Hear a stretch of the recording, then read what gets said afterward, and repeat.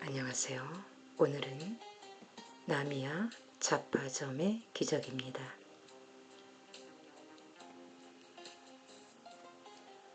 기적과 감동을 추리하는 추리적인 향기와 깊이를 잃지 않는 명작 나미야 잡화점의 기적. 나미야 잡화점의 기적은 2012년 출간되어 큰 화제를 불러일으킨 히가시노 게이고의 대표작입니다. 작가가 일관되게 추구해온 인간 내면에 잠재한 선의에 대한 믿음이 작품 전반에 깔려있는 이 이야기에는 그동안 히가시노 게이고 하면 떠올랐던 살인사건이나 명탐정 캐릭터는 전혀 등장하지 않습니다. 그럼에도 불구하고 마치 퍼즐을 맞추어가는 듯한 치밀한 짜임새는 과연 히가시노 게이고의 작품답게 명불허전의 짜릿한 쾌감을 선사하며 감동을 자아냅니다. 줄거리입니다. 2012년 9월의 어느 밤 3인조 좀도둑 쇼타, 아스야, 고에이는 별장을 털고 차까지 훔쳐 달아나던 도중 훔친 차가 고장나는 비상사태를 맞이합니다. 고에이는 수중에 돈도 있으니 택시를 타고 가자고 했지만 아스야는 새벽 시간에 술도 안 마신 남자 셋이 택시를 잡으면 이상하게 보일 거라고 반대합니다. 그때 쇼타가 바로 날이 밝을 때까지 어느 폐가에서 시간을 때우자는 제안을 했습니다. 아스야와 고에이는 이 근처에 시간을 때우기 좋은 폐가 같은 것이 어딨냐며 이상하게 여겼습니다. 하지만 쇼타가 따라와 보면 안다며 무작정 앞장선데다 딱히 갈 곳이 마땅치 않았기에 둘은 별 말 없이 쇼타를 따라갑니다. 쇼타가 안내해준 폐가의 정체는 문을 닫은 지 30년이 훨씬 넘은 나미야 잡화점이었습니다. 세 사람은 자물쇠가 망가진 뒷문을 열고 가게 안으로 들어갔습니다. 그런데 가게 안을 둘러보던 아스야는 등 뒤에서 사람 기척을 느낍니다. 뒤를 돌아봤지만 사람은 없고 대신 편지봉투 한 장만이 놓여 있었습니다. 누군가 있다고 생각한 그는 재빨리 가게 밖으로 나가보지만 가게 밖에는 아무도 없었습니다. 아스야는 당황하며 편지봉투를 들고 와 쇼타와 고에이에게 보여주고 셋은 편지를 열어봅니다. 편지 내용은 세 사람이 생각하던 밖에 경찰이 올지도 모른다는 경고 메시지가 아니었습니다. 달토끼라는 익명으로 된 결혼까지 약속한 남자친구의 급작스러운 암 선고 때문에 훈련에 집중이 되지 않는다는 고민상담 편지였습니다. 대체 야밤에 왜 이런 편지가 잡화점으로 날아오는지 의문을 갖던 세 사람은 가게 이곳저곳을 뒤지다가 나미야 잡화점에 대한 기사가 실린 주간지를 찾아냅니다. 사실 나미야 잡화점은 장사를 할 때 고민상담 편지를 받아주는 재미난 일을 하고 있다고 소문이 자자했던 곳이었습니다. 게다가 달토끼는 현대인의 필수품인 휴대폰이 뭔지도 모르고 있었습니다. 이상하게 생각해 휴대폰 시계를 보던 쇼타는 이상한 사실을 알아냈습니다. 바로 가게 밖에서 보는 휴대폰 시간과 가게 안에서 보는 휴대폰 시간이 서로 다르다는 것이었습니다. 추리를 하던 그는 가게 뒷문을 열고 들어오는 순간 시간의 경계가 뒤틀려 과거와 현재가 교차한다는 사실을 알아내고 아세야와 고에이에게도 이야기해 줍니다. 이에 공포심을 느낀 아세야는 이런 이상한 집에서는 1분도 있고 싶지 않다며 어서 다른 피난처를 알아보라고 하지만 쇼타와 고에이는 시간의 경계가 뒤틀린다는 이 상황이 너무도 신기한 데다 이름도 얼굴도 모르는 달토끼라는 여자가 신경 쓰인다며 답장이라도 해주자는 것이었습니다. 아세야는 언제 경찰이 들이닥칠지 모르는 이 상황에서 편지 하나에 매달리는 둘에게 분노하지만 쇼타와 고에이의 태도는 너무 완강했습니다. 게다가 폐가를 나와봐야 갈 곳도 마땅치 않았기에 결국 포기하고 폐가 안에 머무르면서 답장을 해주게 됩니다. 익명으로 날아온 편지는 달 토끼뿐만이 아니었습니다. 진정으로 하고 싶은 일이 뭔지 모르는 길 잃은 강아지와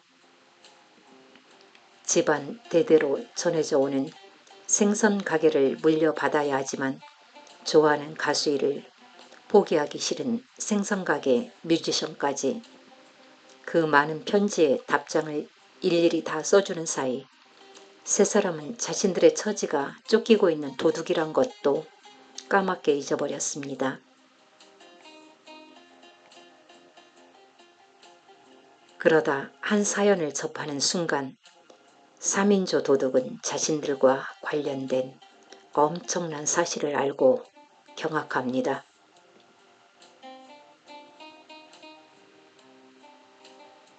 과연 이 잡화점에 일어나는 일들과 사연들, 3인조와 연관이 있는 사람은 누구일까요? 히가시노 게이고 청년 백수의 언어로 기적과 감동을 추리하는 작가.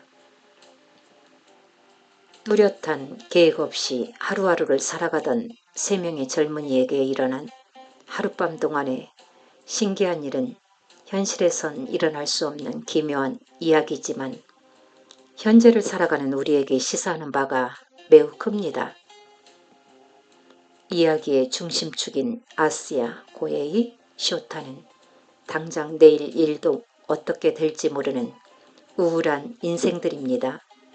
한마디로 제 앞가림도 못하는 주제들입니다. 불우한 어린 시절을 보냈으며 어른이 된 후에도 직장에서 해고를 당하거나 편의점 아르바이트로 겨우 생계를 유지하고 있습니다.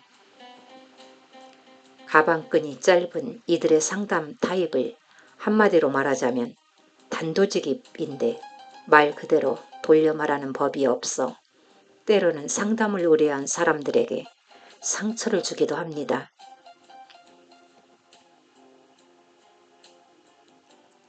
이런 사치스러운 고민을 들려주시다니 참 고맙군요. 앞으로 30년만 지나보세요. 그런 태평한 소리를 하고 있을 때가 아니니까. 일할 때가 있는 것만으로도 다행이에요. 대학을 무사히 졸업해도 취직이 될까 말까 하는 시대가 옵니다. 틀림없이 와요. 하지만 처음에는 비꼬는 듯한 말투에 반감을 가졌던 상담자들도 결국 이들의 솔직한 답장 편지를 받고 인생의 커다란 전환점을 맞이하게 됩니다.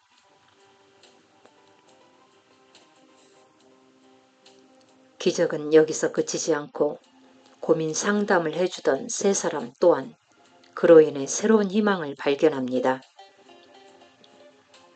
결국 서로가 서로의 인생의 지렛대가 된 셈입니다.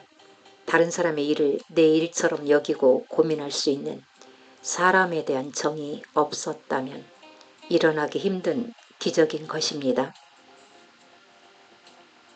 누가 봐도 실패한 인생을 살고 있는 결점투성이의 젊은이들이 그러한 기적을 일으킨 주인공이란 점이 더욱 의미 있습니다. 히가시노 게이고는 이런 인물들을 등장시킨 이유에 대해 이렇게 말합니다. 남의 고민을 상담해주는 일은 대개 분별력 있고 지식이나 경험이 많은 분이 해야 하는 것이지요. 하지만 일부러 미숙하고 결점투성이인 젊은이들로 했습니다. 타인의 고민 따위에는 무관심하고 누군가를 위해 뭔가를 진지하게 생각해본 일이라고는 단 한 번도 없었던 그들이 과거에서 날아온 편지를 받았을 때 어떻게 행동할까 우선 나부터 무척 궁금했습니다. 히가시노 게이고가 품었던 궁금증의 해답은 작품 속에 자연스럽게 녹아 있습니다. 뭔가 설명은 잘 못하겠지만 고예이가 우물우물 말했다. 지금까지 살아오면서 오늘 밤처럼 처음으로 남에게 도움되는 일을 했다는 실감이 들었어. 나 같은 게 나 같은 바보가.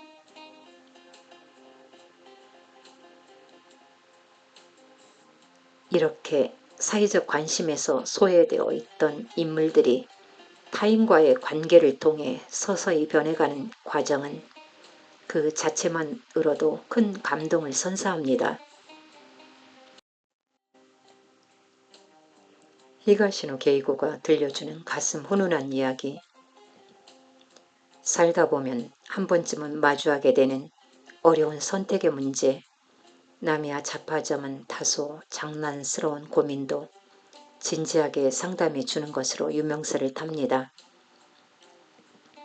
이를테면 100점을 맞고 싶은데 어떻게 해야 하냐고 고민 상담하는 꼬마에게는 선생님께 부탁해서 자신에 관한 시험을 치르라고 충고합니다.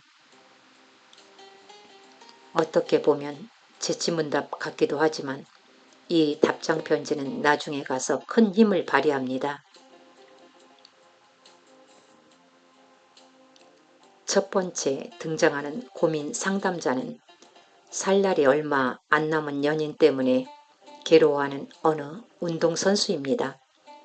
올림픽 출전이 꿈이었는데 그것을 포기하고 간병에만 전념해야 할지 고민합니다. 두 번째 상담자는 대대로 내려오는 가업인 생선 가게를 포기하고 학업도 중단한 채 음악 외길을 걸어가는 어느 아마추어 뮤지션입니다.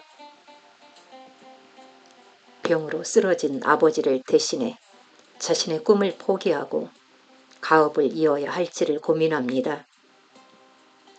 상담을 해주는 입장이던 자파점 할아버지의 이야기가 세 번째로 펼쳐지고 사업의 실패에 야반 도주하려는 부모에게 실망한 중학생이 또 다른 고민 편지를 보냅니다. 마지막으로 고아인 자신을 돌봐준 분들에게 은혜를 갚기 위해 부자가 되고 싶은 꿈을 간직한 새내기 직장 여성이 어떻게 하면 그 꿈을 이룰 수 있는지를 묻습니다. 이와 비슷한 고민은 우리 누구에게나 있습니다. 사랑을 택할 것인가? 꿈을 택할 것인가? 안정적인 미래를 택할 것인가? 불안하지만 좋아하는 일을 계속할 것인가? 등등. 살다 보면 한 번쯤은 마주하게 되는 어려운 선택의 문제인 것입니다. 그런 점에서 이 책이 우리에게 전하는 메시지는 결코 가볍지 않습니다. 무엇보다 인생의 지도에서 내일에 대한 희망을 잃지 말고 자신의 길을 찾으라는 메시지는 우리로 하여금 깊은 생각에 잠기게 합니다.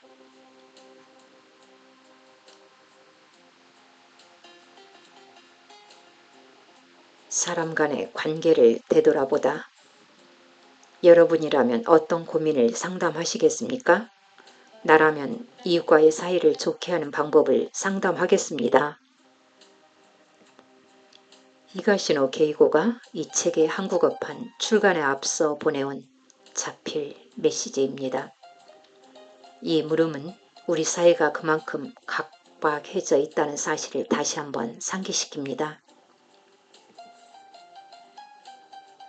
인간은 혼자서는 살아갈 수 없고 서로가 서로를 받쳐주며 살아가는 것이라고 새삼 느끼게 해주었다고 후기를 올린 어느 독자의 말처럼 잊고 있던 사람 간의 정이라든가 타인과의 관계를 되돌아보게 만드는 작품이기에 더욱 특별하게 다가옵니다.